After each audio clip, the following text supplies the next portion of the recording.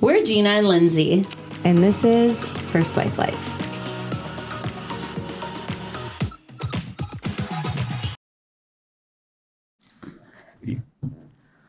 All right, are we ready?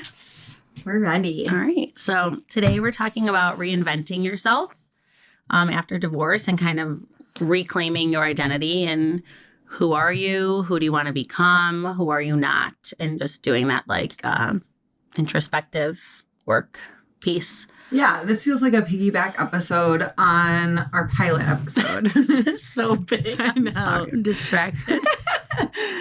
But the new mic editing is just about to get such an upgrade because I've been just racking my brain editing our handheld mic episodes. Yeah, it's a fucking nightmare. I know you hate it's a nightmare. I'm sorry. Yeah, we're not good at keeping it up to our mouths. So sorry to our listeners. Our I first feel few like episodes you were like dingle-dangling it around while you were talking.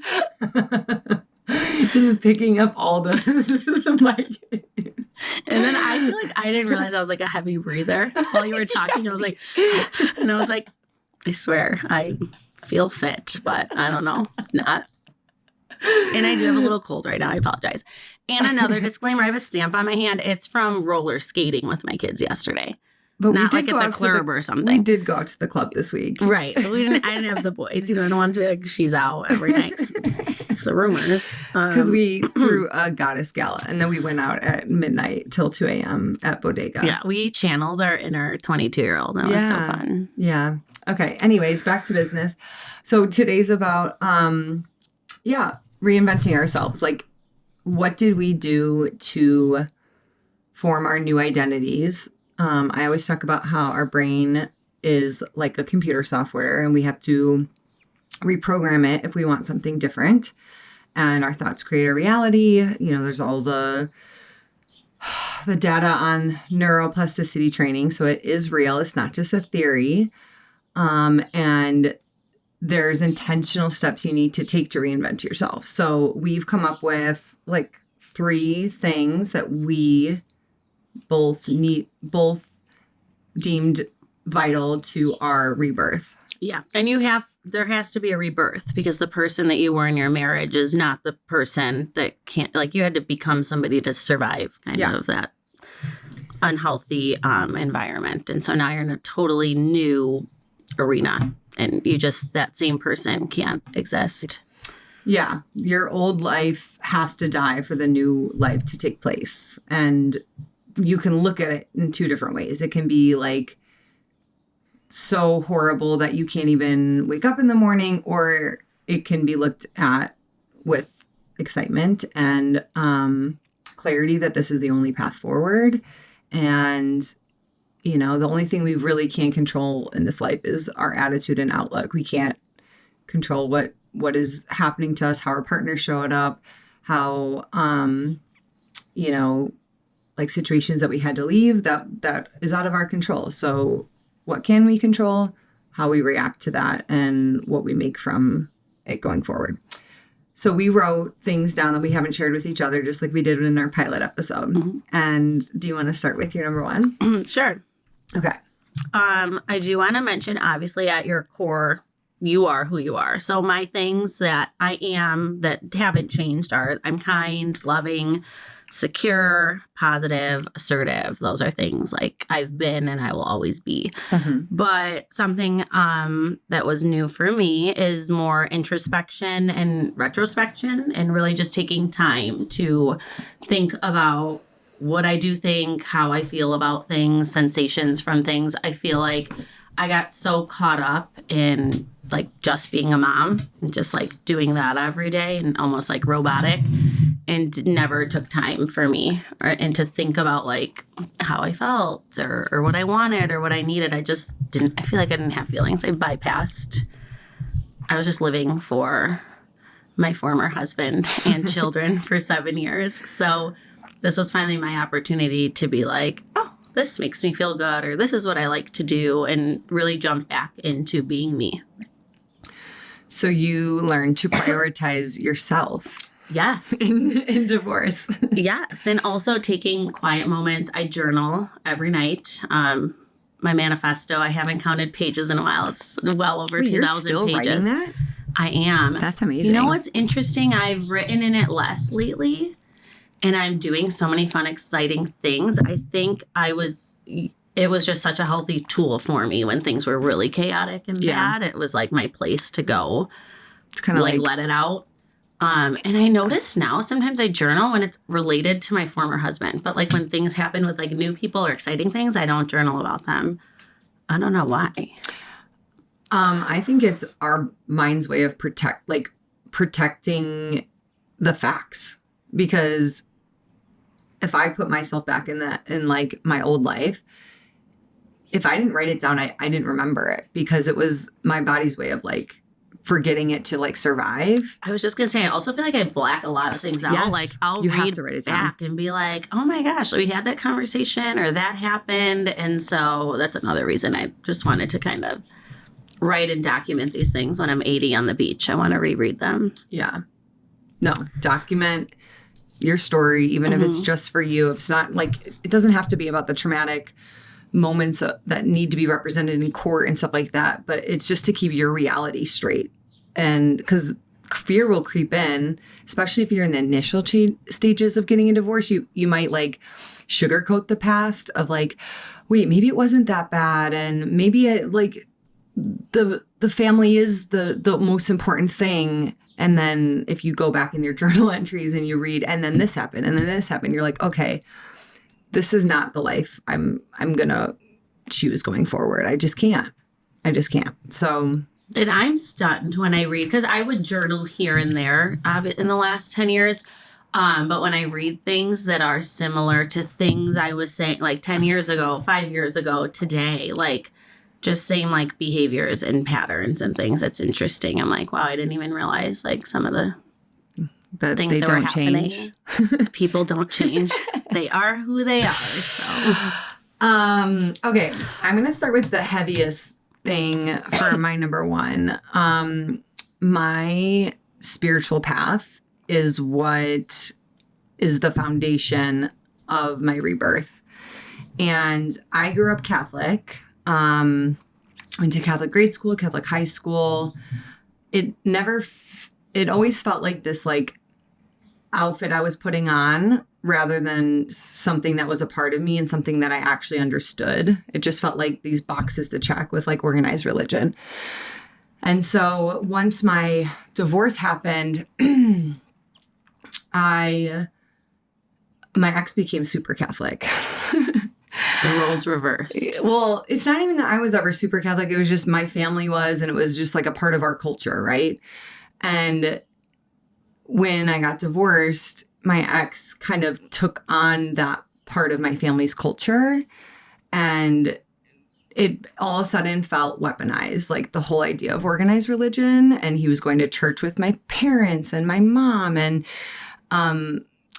I was being told I was going to hell, and like all these things that like it was just fear from religion. I was like, this. I was going to say, did that make you really feel like I don't want this? Oh yeah. I kind of honestly had an atheist phase actually through it. Like, and I'm talking like 3 months of it where I was just like, nothing matters.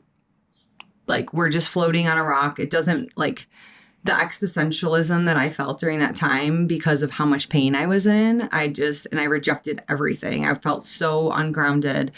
I felt like I should have, like I was finally on the right path, like letting go of this parts of me that were like parts of my life that were just like killing my soul. And I didn't understand why it didn't all of a sudden become like magical. Like, why wasn't I rewarded for like jumping off this cliff and choosing myself? And in hindsight now I can look at it as like, well, that was the caterpillar stage. Like, the caterpillar stage is a complete goo, like a breakdown of self. It's so messy. You will like not want to get up in the morning. Like it. Or like you're going to poop in your own cocoon. It's just like that's where you're at. Yes. For a couple months. You're just full. Yeah. The cocoon full of just I'm messy so immature. shit. I'm sorry. And so I think what started to change for me was like giving myself permission to find a new spiritual path. And I found a lot of spiritual teachers online. that just kind of like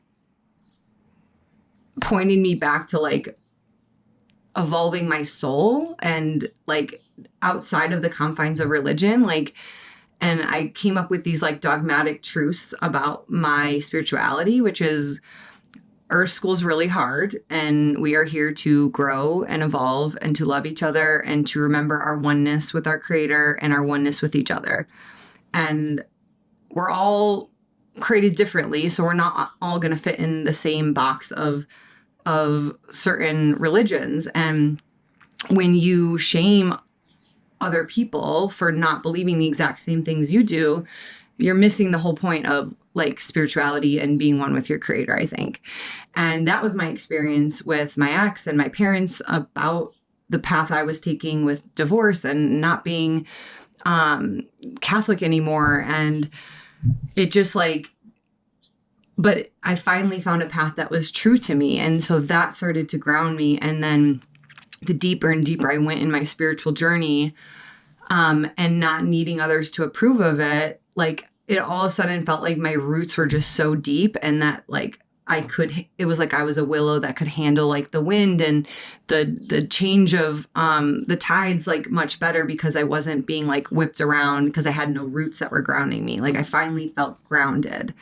And yeah, I just kept evolving it more and more with like meditation and journaling and gratitude and all these things that just like kept me in the present moment rather than just like spiraling anxiously about what's going to happen in the future and stuff like that. And so, yeah, just like find a way to build a spiritual path or connection to your Creator, whatever you want to call it, like God. Even I just started being able to like use the term God again, because God was always religious, Right. And so I would call it like source or Creator, but it all means the same thing. And so I think you do need a spiritual path that is personal to you, to like feel like there's purpose in Like the direction. walk. Yes, and the walk that you're walking. So find a spiritual path, whatever that looks like for you. Big religion fan over here. So, no, that's really good. And I really am a big religion fan. Okay. Number 2. Wait, you're an organized religion fan or spiritual? I don't know. I do not regularly attend church. Okay. I grew up Catholic. Okay. We also didn't go to church, but my mom's like, we're Catholic. I did the Creaster? sacraments. Were you a cafeteria Catholic? Were you a Creaster, which is Christmas and Easter, you go to church? No, we didn't even go then. Wow. But so how my are you? parents raised me with good values and things. I went to private Catholic school until I was in 6th grade. And then we moved. And I begged them to go to public school so I could paint my nails and wear real clothes. Yeah, relatable. Yeah, arm wrestled my mom a little bit and she finally gave in. It was the best thing ever for me. I was very excited. And then I don't know when it started. I think I was probably in high school. I started praying nightly and I just always have. So to me, I'm like one of those, God is everywhere. I'm a good human being. I put good out into the world. I get good back. And that's it. So I suppose that's a personal spiritual path for sure. Yeah. I mean, the extent of my religion is that I talk to God every night. And now my kids have started and they've noticed. My son just picked up every time I get in the car before I drive, I do the sign of the cross and like pray for everybody that is on the road and for our journey that we're on.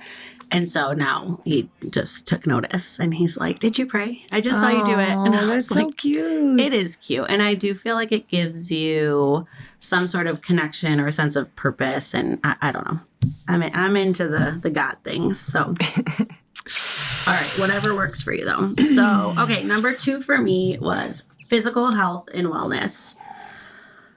I have really poured into who I am, like physically, like getting back to working out. I worked out a fair amount, like in my 20s, and really took care of myself. And then I just, again, like really poured into motherhood. And it was like, oh, there's no time. There's no this, no that. So I'm like really big on my skincare regimen now, going to the gym every day, walks, like all the things, trying to eat more protein, like doing things that make me feel good. And then I also feel like when I take care of myself and when I feel good, I could be a better mom to my kids. Yeah. Like our body's a temple. And Yes. when we're feeling good, it just pours into all of the other areas. And it shouldn't be overlooked because I think like both of us go through phases of like being off, you know, our balance with that, and you feel it immediately. And then when you get back on, it's like, yeah. I haven't been to the gym in 3 days, which I never go more. Like 2 days is max if I'm really, and I really feel like I might rip my hair out when I leave here today, but I'm going in a couple hours, thank God. But it has really become, it is like my sanctuary. That's my church. That is my church. I go to the gym every morning from 9 to noon. God is everywhere. Yes. He's there with me. So yeah, that's really important. And I feel like there's this stigma, obviously, with like single moms where it's like, oh, so selfish. They care about themselves. They care how they look. Like last month I was on a trip with some friends and I got up at 8 a.m. in my workout clothes. And they were like, where are you going? What are you doing? We're on vacation. And I was like, I'm going to go to the gym, whatever. And then it was too far. I ended up going on like an hour and a half walk. It was so beautiful. And they were like, is this because of like everything that happened to you? Like now you're obsessed with like how you look and stuff. And I was like, I'm not obsessed with how I look. I was like, I joined the gym again at the beginning, right after I filed, more for like mental clarity and just to like have something new. Again, you're rebuilding your identity. You're becoming a new person. I feel like everything that was my life, I was like, I don't want this anymore. I want to just be somebody totally new. And those are the things you have to do. So I'm like, yeah, maybe it is because of... I think you're obsessed with how you feel, which is Right. you want to feel good about yourself, and pouring into yourself and prioritizing yourself is how you do that.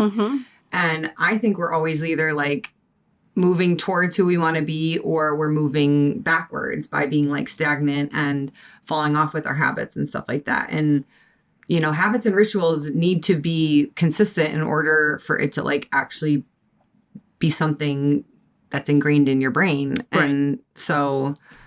No, I was like, this makes me feel so good. Like, I feel really good every day. I am energized naturally. So I'm like... And to be honest, relationships like what we had, we would be painted as like selfish for prioritizing ourselves. And, you know, now we don't have that guilt. So we can just like do whatever the fuck we want all the time. And we're going to take advantage of that. Yes, I could never find a good gym close to me that had childcare. And God forbid I'd be like, hey, I'm going to go work out, like watch the kids for an hour. It's like, no. So, well, yeah, I was going to tell fully a story, embracing it but now. about your situation with the drop off at the gym and how like it wouldn't happen, but we'll just cut that part Yeah, out. I tried to do an exchange at the gym and it was like, no, I'm not exchanging at the gym. I don't know. He didn't want me to work out. Yeah. He wants me to be sad. I'm not. Okay, so my next one is a closet purge and like changing your space, moving things around.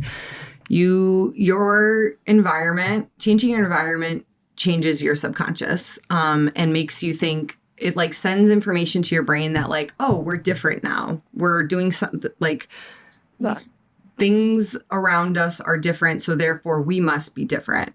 It's just like this thing that happens, right? Like last night for the last night of the snake shedding for the Chinese New Year, you're supposed to like clean up your whole house and take out the trash. You know, I rearranged my whole fridge and changed like kind of flip-flop things so that my brain would go into the fridge and think it was like a new reality. Yeah. And it is working. It is crazy. I'm like, I can't wait to go grocery shopping and like fill in this new fridge in a new way. I'm going to be like cooking different. It's just ways to trick your brain. And change is exciting. And like, I'm a visual person, so that would help me. And definitely once he moved out and I redid my closet and did all my stuff, it just felt like this is my space now. And I remember my space. I never had one. I didn't either. My parents wouldn't let me. Also with the closet purging, like my sisters and my friends, they love when I'm in an up level because I shed and purge like it's nobody's business. Like I will bring 4 garbage bags, you know, to a family party and just say like, have at it. Did you go on like a crazy shopping spree when you first became single? Yeah, I barely took anything because it just felt like an old identity. Mm-hmm. And like that gives me excitement and momentum when I can rebuild myself and envision like a new level. And I'll even like, I'm really big on jewelry. Like I'll always have like a staple necklace or staple earrings that I like sleep in and don't take off until I feel like, okay, I'm ready for a shed and have like another up level. So changing your like and rings, like your go-to pieces every day, also tricks your brain that something's different. And there's that Marie Kondo show where, what is that? What is that book called? I forgot, but that was real popular for a long the time. Netflix show, that changed my brain when it came out, where it's like, does this spark joy if it doesn't get rid of it? That was it. Yeah. Yeah, but I don't know what the show's called. And then her book, I don't know, Google it. But if you get new programming like that, all of a sudden when you go back into your closet or into your house, you're just like, I'm getting rid of everything. Like whatever isn't serving me or isn't a part of this next level of me has got to go. So you need new information to like make your brain think in those ways. So do not be afraid to just like keep ingesting new ideas and, follow the breadcrumbs of curiosity with that stuff. I ditched all my like Costco sweatpants and sweatshirts Yeah, right, and stuff. you I was did. like, I like still remember like it was yesterday. It was like 2 days after my life crumbled. I ordered a new pair of jeans that had this like little hole type thing on my hip. And I was like, oh, that's sexy. And then it all started there. I was like, I'm dressed sexy again because I can. Life is short. All right, number 3. Yeah. Professional, just like really pouring into my work because I'm like, okay, single mom now, need to ensure my finances for the future are secure. So expanding my network, trying new things, talking to new people, and just really making it a priority to like excel in my profession, because I do feel like I always worked, even like when I was married. But very minimally. And I feel like it was like on the back burner. It was like for fun, working and whatever. So just really taking ownership and taking pride in my work. Love that. Because now we're just single baddies, just on our own and thriving. It's and Tuesday at no 11:15 and we have record warm weather and it's amazing. This cookie dough creamer, my nails, I'm like, I love my life. We went roller skating yesterday. Like, what is life? Roller skating is so good for your inner child. Like, and I was like, I kind of want to come back alone because I was roller skating with my 3-year-old and it was so cute and fun, Aww. But then I at one point I wanted to do the speed skate by myself. We need to learn a routine. Those couples that go around and they are in sync. There were these two you are guys. so cool. You are so cool. They were doing wanna tricks. Be you. Yeah. I was like, okay, daddy. Picking up men at the roller skate. I was like, do I find a new man here today? No. I'm dying. Okay, my third one is you have to face the parts of you that were holding you back in that marriage. Like, what were you contributing to the dynamic? It's not all their fault. You have to take ownership. Otherwise, you're just going to bring those same patterns into the next relationship.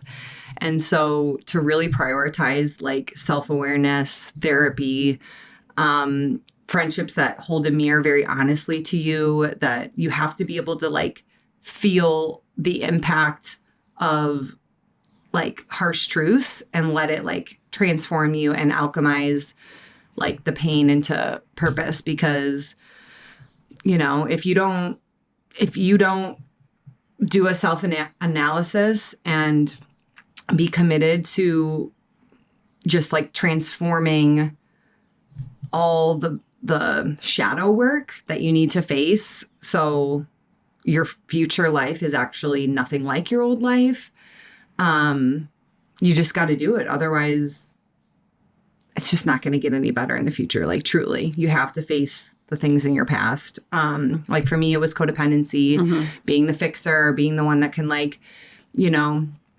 Jess said perfectly in her episode, the PR control, that part of me has to die if I'm trying to have an authentic relationship in the future and build healthy love and not take responsibility for someone, like interdependence and like independent paths that run parallel in the same direction. Like that's the goal, rather than me like pulling someone from behind, So, and I've had relationships since that like was still like pulling all that shit up to the surface, where I was like, nope, I'm not going to do these patterns again.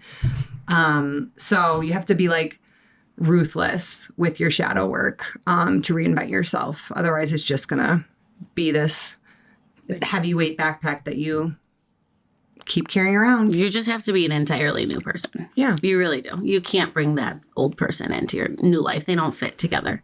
Yeah. And the best thing will be when your former husband says, I don't even know who you are anymore. That's the goal. The point. Okay. So originally we were going to do 5. So I had 5, but my other 2, I think, meshed with the other one. But I really want to make it a point to ask yourself, like I had to ask myself, like, who is Gina? And even through my divorce, I'd be on the phone with like a sibling telling them a story or whatever and say like, oh, I think I should do it. And they're like, is that what Gina wants to do? Or is that what he wants to do? And I didn't realize that all the decisions I made during my marriage and even post-divorce in the beginning was like, what is going to create the least amount of resistance, or what would he do? Like I was almost like thinking like him. And so I really had to reclaim like who I was. I lost myself. And I'm not alone in that, because we talked to so many people this weekend at our gala who were like, I was just like a mom. I'm just a mom. And then their husbands just saw them as just a mom. Yeah. Not a wife or a woman. So just prioritize yourself, being like a healthy woman, feeling good about yourself, and that will make you a healthy mom. I remember If you are a mom. like towards the end thinking like, and fantasizing, like, what would my life be like without having to worry about him, about every decision I make? Like, should I run to the grocery store before I get home? Like, or am I gonna be too long away from the house? Like, just all these mental gymnastics where you don't have like a partnership. You have someone that you're kind of like babying and like trying to make comfortable all the time. The head honcho. You're like, am I going to be in trouble? Am I late? Yeah. Are they going to criticize me? Yeah. What's their mood? Like you're always temperature gauging. And so putting that focus back on yourself, like, what do I want? What am I looking for? How do I want to show up each day? It's going to feel very strange and selfish in the beginning, because it's the opposite of everything we've been wired to do up until this point.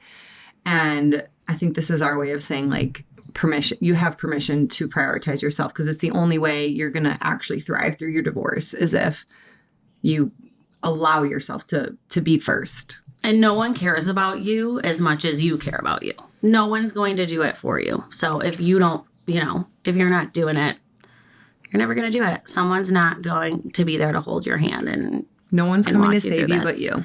That's like the most freeing and scary phrase, like, that you have to save yourself. You have to put your, life vest on and row yourself to shore and all this stuff. But like, it also gives you, look at what you've already accomplished and how much you've, like survived up until this point. You can absolutely choose yourself and learn how to self-love and reinvent yourself one day at a time, because your future self is waiting for you to kick it into gear. And I just remember this. I didn't tell you, this weekend I got together with a childhood friend. We went to middle school together, and she's been married. She's been with her husband for 10 years, married for 7, no kids. And she's like, surprise, I'm getting divorced. I'm like, what? So I'm like, how did you know when it was time? We're going on and on. And she's like, and I went to Thailand with my mom for 2 weeks. And then I came back and was like, I want to file for divorce. And I was like, but did something happen? Like, was there an event? Like what? And it was just like over the years, things came up, but she would never leave him. But she said she went to Thailand for 2 weeks with her mom. It was her first like big trip alone. And she's like, I've never felt more me in my life. Like I felt like just someone I haven't been in a really long time. And I knew when I got back, like, this is the path I have to go forward with. Wow. Well, travel's a know. portal. Yes. And if you use it correctly, you enter a new timeline. Yeah, I had goosebumps. I was like, oh man, we should all go to Thailand. Yes. I mean, I already know I'm living my new life, but whoever's stuck. And I would, in closing, like to say that the right person will make you feel more like yourself. You don't need to be away from someone like your husband to feel like yourself if it's the right relationship. Like, Right. And I didn't know that. We were like very enmeshed. And when everything first started, my life coach was like, you are supposed to be two separate people with two separate lives and hobbies and just respect each other's time and who you are in a marriage. It's two people in a marriage. Whereas I was like, Spice Girls, when two become one, and we got together and then it was like, I am him and he is me. And we do everything together and whatever. And we lost kind of our own identities. So you need to. Yeah, not the vibe. No, if For you're our second engaged and marriages. stumbled upon this episode, do not lose yourself in a marriage. That's not a healthy marriage. Right. Yeah. And on that note, this is our best tips to reinvent yourself. Yeah, just be yourself. Yes, you got this. All right. Bye-bye. Bye.